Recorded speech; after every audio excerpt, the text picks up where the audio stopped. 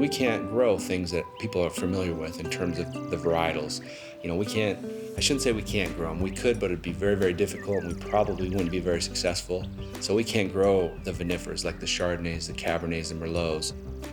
We grow all French American hybrids, things that have been developed to grow in the Midwest, to grow in colder climates. In Nebraska, our signature grape is called Edelweiss. It's a Minnesota varietal. It started out as a table grape. I think Nebraska probably has more acres than anybody in the world of Edelweiss grapes.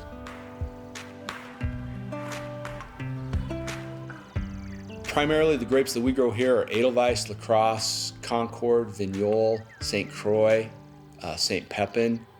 We also get Brianna that comes into us, Frontenac, St. Vincent. There's a number of grapes. If you look in a grape dictionary, there's like thousands and thousands of varieties. And what we're always trying to do is to find new varieties that may work here in Nebraska, may be the next greatest variety to make a great wine. Nebraska is a relative newcomer in Midwestern wine production. James Arthur Vineyards has been there since that beginning and has grown to become the largest winery in the state.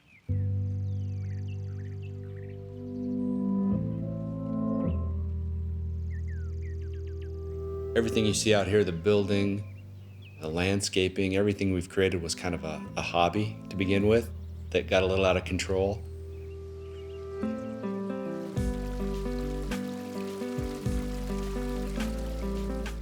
About 24 years ago, my father-in-law, James Arthur Jeffers, had the property.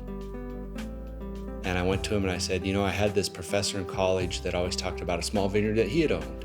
And I said, I'd like to grow some grapes. And he looked at me kind of funny and said, well, let's give it a shot. He eventually owned his own meatpacking plant in Omaha and had the opportunity to sell it. So this was his retirement. He bought this land. He was going to do a pick-and-eat apple tree orchard. That was his original plan for this land. We put in the grapes about the same time. We were actually the second winery to open in the state of Nebraska. The first one in Pierce, Nebraska, Cut Hills Vineyard, was just getting started. Missouri had a wine industry that was just starting to take off. They're starting to grow grapes and open wineries in Iowa. One day, Jim, my father-in-law, came to me and said, if they can do this in Pierce and Missouri and Iowa, why not here in Nebraska? So then we really started to put the wheels in motion, start going out and finding people as crazy as us that wanted to grow grapes. I think he's truly the pioneer of the wine industry in Nebraska. And we were very fortunate to be there at the beginning. We all want to create Nebraska wine. You go to some states and they may say, hey, we're a such and such winery, and then you find out that all their grapes come in from other parts of the world. Nebraska, we're not like that. We truly want to make a great Nebraska product, and I think that's what has helped us be so successful in this industry. And it's changing, it's evolving, it always will. There's a law in Nebraska that 75% of everything we produce has to be grown in Nebraska, and I like that. I like that law because that means that we're a Nebraska winery, and we strive to be 100%. My philosophy on winemaking is it's about 50% science and about 50% art. The science part is making sure all your numbers are right, making sure your pHs and your acids and everything's in balance so that you have a well-balanced wine. The art part is creating a wine that people are truly going to enjoy. The blending, the mixing, the matching, the making sure that that wine is the right color. And so that art part of it is very important. So if you blend those two together, I think you can make some great wine that way. We've got Sweet Charlotte named after our mom, 2 brothers. I've got Eden's Blush after our daughter, 2 brothers after my 2 sons. I've got five bottles of them. It gives me a good idea of how well our wines are going to age. What I decided to do from the very beginning was create a wine library. And a lot of times folks come up to us and say, well, how's this going to age? What's it going to taste like? And I'm like, I have no idea. This is new for us. We're not sure what's going to happen here in Nebraska, what things are going to taste like down the road.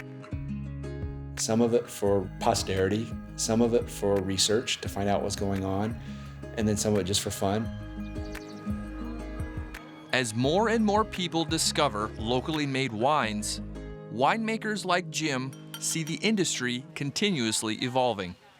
Since we've opened the winery, and I'll give Nebraska Wine's credit for this. I've seen a lot of people approach wine and try wine that maybe wouldn't have tried it before simply because it's made in Nebraska and they wanted to try and experience Nebraska wine, and it's opened up a whole new world for those people, I think.